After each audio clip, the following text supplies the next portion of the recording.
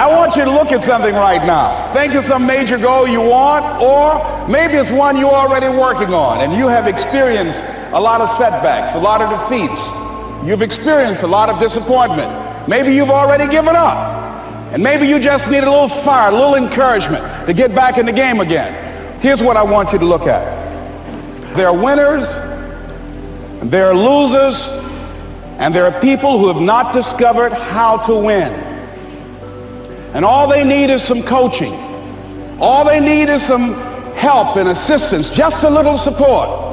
All they need is some insight or a different strategy, a plan of action to make some adjustments that will open up the key to a whole new future for them, that will give them access to the unlimited power that they have within themselves. That's all that they need.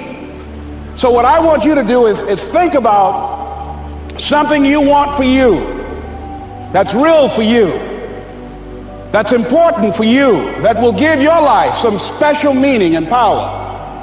And I don't even want you to say, I can do that. I don't want you to assume that. See, 5 years ago when I started out in this area, I would not have been able to make the mental leap that I would be up to where I am right now. I don't want you to begin to just psych yourself out. No. I want you to be able to say something to yourself that will enable you to maintain a level of integrity with yourself. That when you say this, even when you face tremendous setbacks, it will be a benchmark to keep you in the game, to keep you moving forward and experimenting and readjusting your strategy and your plan of action, continuously looking for ways to win. So what is that something? When you got an idea you want to move on, you might not have the money, you might not have the education, you might not have the support or the resources you need. What is that something that can keep us going, that will enable us to act on our dream? What's one of those keys that will begin to help us to discover the secrets to our dream? Here's what I want you to repeat after me, please, with power and conviction. Say, it's possible. It's possible. That's all I want you to do when you look at your dream. Just say to yourself every day, it's possible. Just say that every day to yourself, it's possible. Because what does that do? See, it begins to change your belief system. See, the way in which we operate, ladies and gentlemen, it's a manifestation of what we believe, what's possible for us. Whatever you've done up to this point, all that it really is a duplication, it's a reproduction of what you believe subconsciously that you deserve and what's possible for your life. Most people operate out of their personal history, out of their memory, things they've done, things they've experienced, things they've seen, things that they have observed. What I'm suggesting that you operate out of a larger vision of yourself. I want you to see yourself doing what you want to do, experiencing what you want to experience, having what you want to have, doing what it is that gives your life some meaning and value. Operate out of your imagination, not your memory. Because whenever you look at where you want to go, I'm wanting to warn you, you will have some conversation back here after you go through the data that you've experienced in life saying you can't do it. And so what you want to begin to do is ignore that inner conversation. Well, most people, ladies and gentlemen, when something happens to them, what they do is they begin to believe that that's the way it is. That's the way it's always been. And they can't see the possibility of it being any different. Example, before April 1954, the common belief, the universal belief, because it had been tried again and again and again and people had failed, the belief was that man was not physically capable of breaking the 4-minute barrier, that he could not run a mile in less than 4 minutes. That was the belief on the planet. It had never been done. But here's what happened, ladies and gentlemen. Roger Bannister came along and he broke the 4-minute barrier. Now here's what's significant about that. Since that time, up to this day, over 20,000 people have done it, including high school kids. What changed? 20,000 people, what changed? Here's what happened when they got on the track. They knew it had been done. And because they knew it had been done, there was a new belief about this barrier. about this goal that was unreachable. And those 20,000 people got in the race believing, knowing in their heart that someone had done it, that it's possible that they could do it.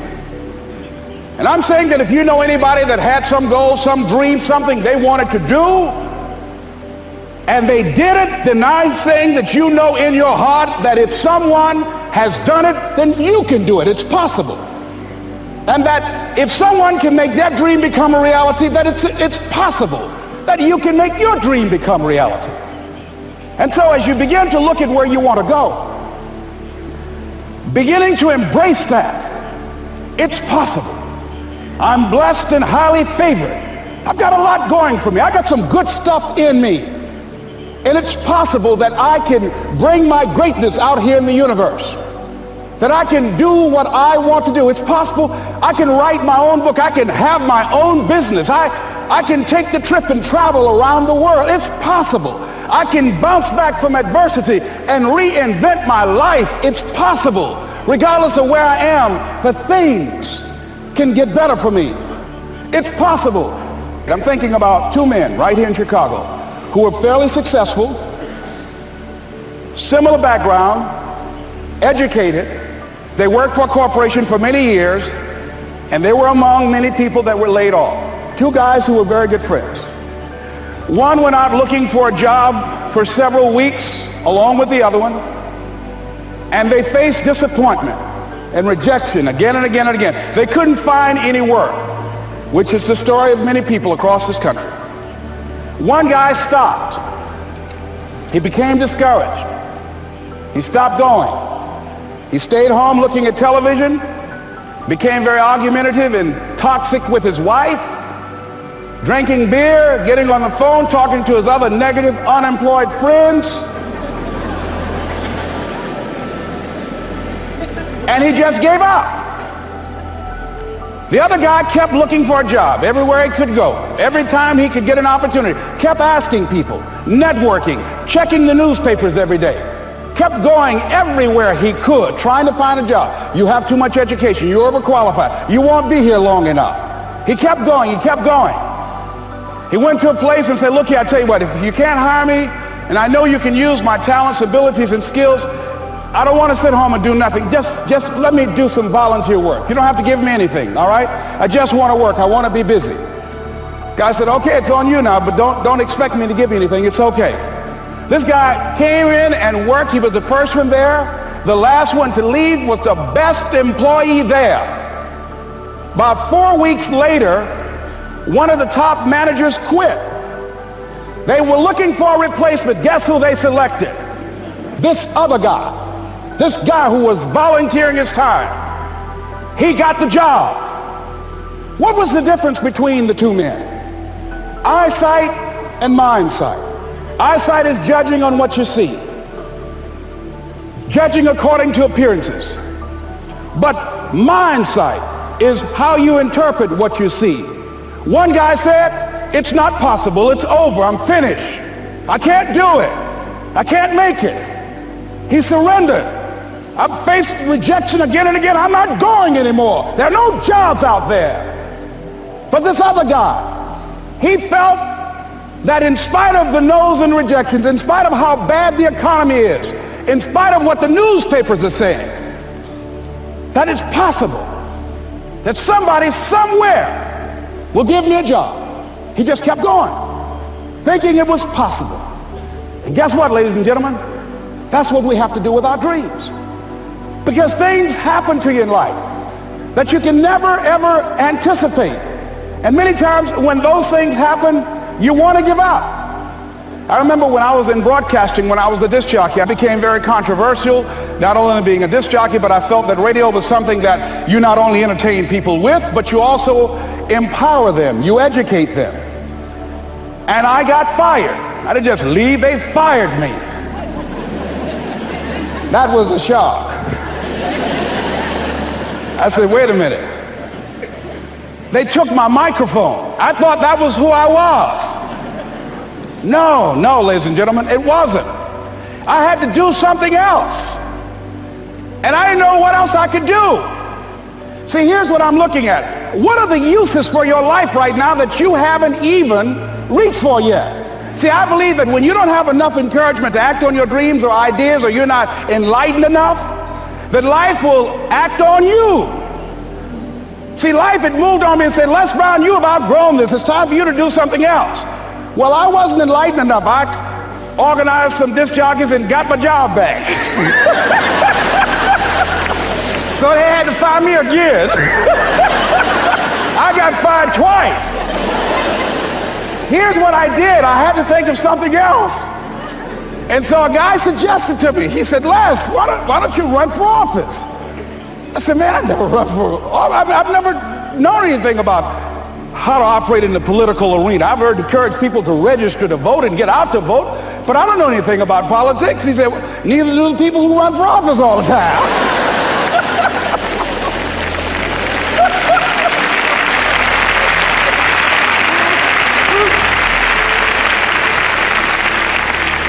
So I ran. Now here's what I'm suggesting. I ran.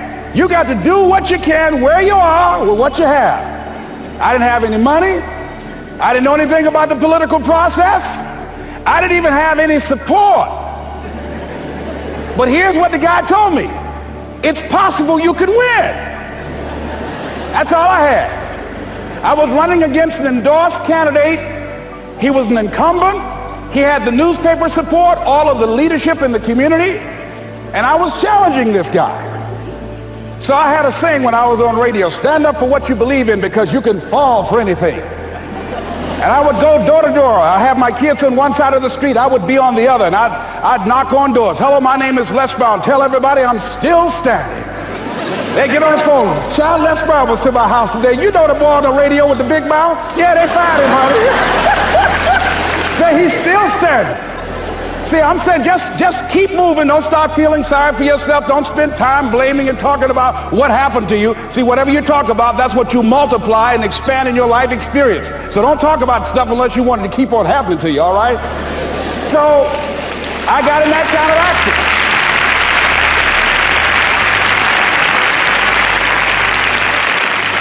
As I continue to do that, had my children with me, we're going door to door, didn't have enough money.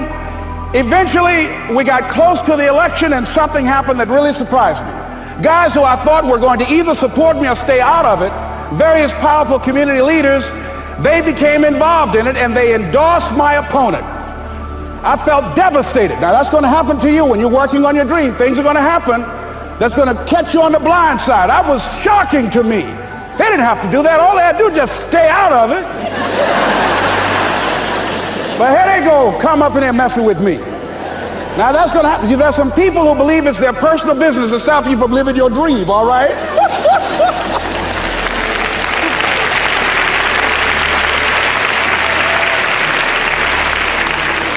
But I didn't deal with that. You want to make your dream come true, you got to stay focused. Some people rather get even than get ahead. Stay focused on where you want to go. I just kept on doing what I was supposed to do. And so I was driving to the radio station. My opponent had over $20,000. I had less than $800. As I was in the radio station, the guy said, "You're going to make a commercial?" I said, "Yes."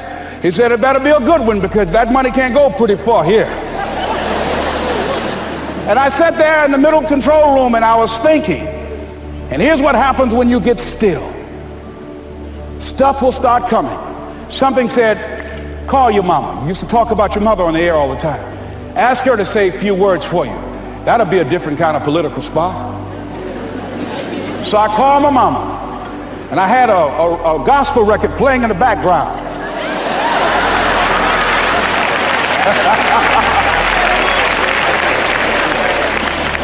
And then I had my mother say, "Hello, this is Mrs. Mamie Brown.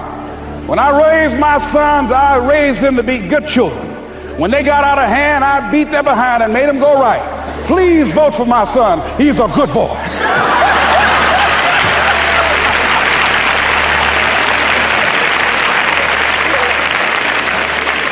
Usually in the state representative race, maybe 3,000 or 4,000 people will come out to vote in a primary. In that primary race, over 27,000 people came out and voted and said, "I'm voting for Les Brown because his mama said he's a good boy." I won, ladies and gentlemen. I won.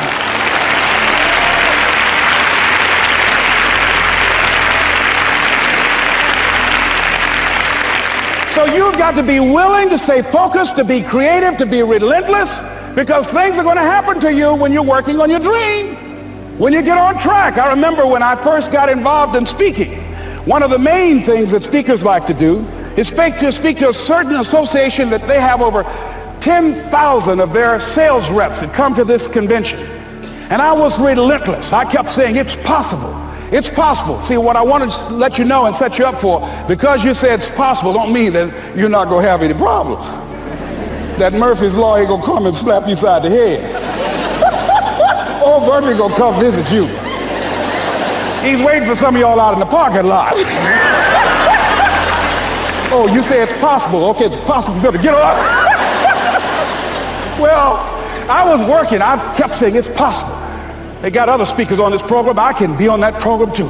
I kept selling myself. I got all fired up. And I was calling them every day. And the lady finally said, Mr. Brown, I tell you what, we want you to come in and talk to our sales executives. You got the kind of fire and guts that they want, that will motivate them. And let me tell you something else. We want you to bring your motivational tapes. You're going to need at least $50,000 worth of tapes. I said, is that right?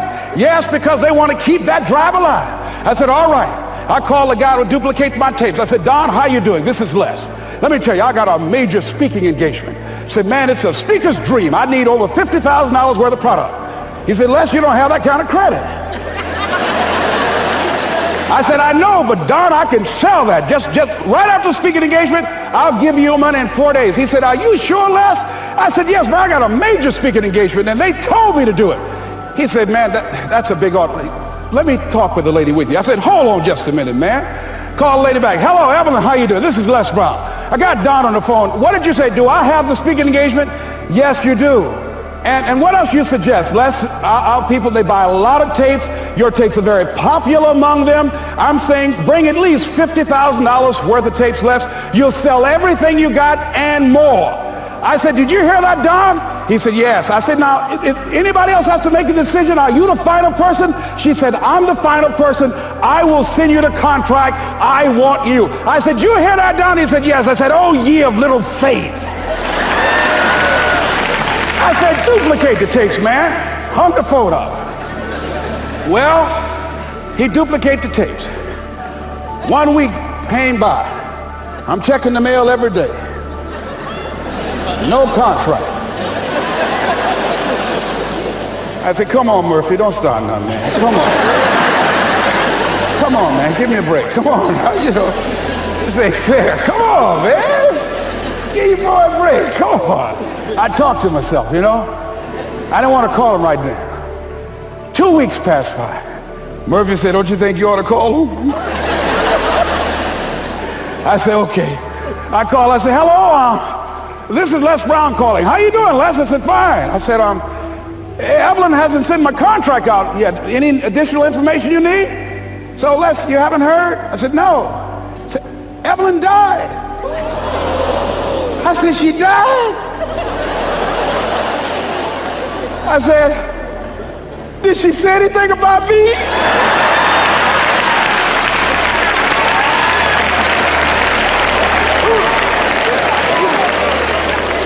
When I got home, I was so wiped out.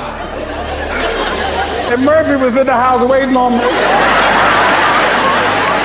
Murphy said, is it possible you want to listen to some of your tapes?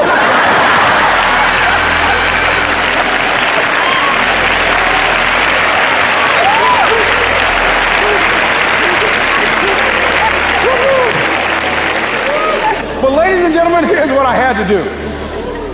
I had to begin to focus on what was the solution. That this was not the only place that I'll be able to sell those products. And as I began to challenge myself and got some help and support and some other input, I eventually did. It took longer, but it was challenging.